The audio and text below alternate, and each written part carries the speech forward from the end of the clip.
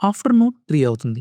Maximum అన్ని restaurants close అయ్యి ఉంటాయిలే అని ఆఫీస్ దగ్గరలో ఉన్న మినర్వా ఎక్స్‌ప్రెస్ ఫుడ్ ట్రక్‌లో ఫుడ్ ట్రై చేశాం. కార్న్ రైస్ అలానే సాంబార్ రైస్ ఆర్డర్ చెప్పాక సూపర్ సాఫ్ట్ సెట్ దోస అని కనిపిస్తే ఒక మూలన పడి ఉంటదిలే అని ఒక ప్లేట్ ఆర్డర్ చెప్పా. కార్న్ రైస్ 90 రూపీస్‌కి చాలా క్వాంటిటీ ఇచ్చారు. టేస్టీగా బావుంది. రైతా, మిర్చికా సలాన్ బావుండదేమో అనుకున్నా. బట్ డీసెంట్‌గా బావుంది. సాంబార్ కలుపుకొని తింటే మామూలుగా లేదు. ఇక సూపర్ సాఫ్ట్ సెట్ దోస 100 రూపీస్‌కి చాలా సాఫ్ట్‌గా వేడి వేడిగా పల్లి చట్నీలో తింటే అయ్యో!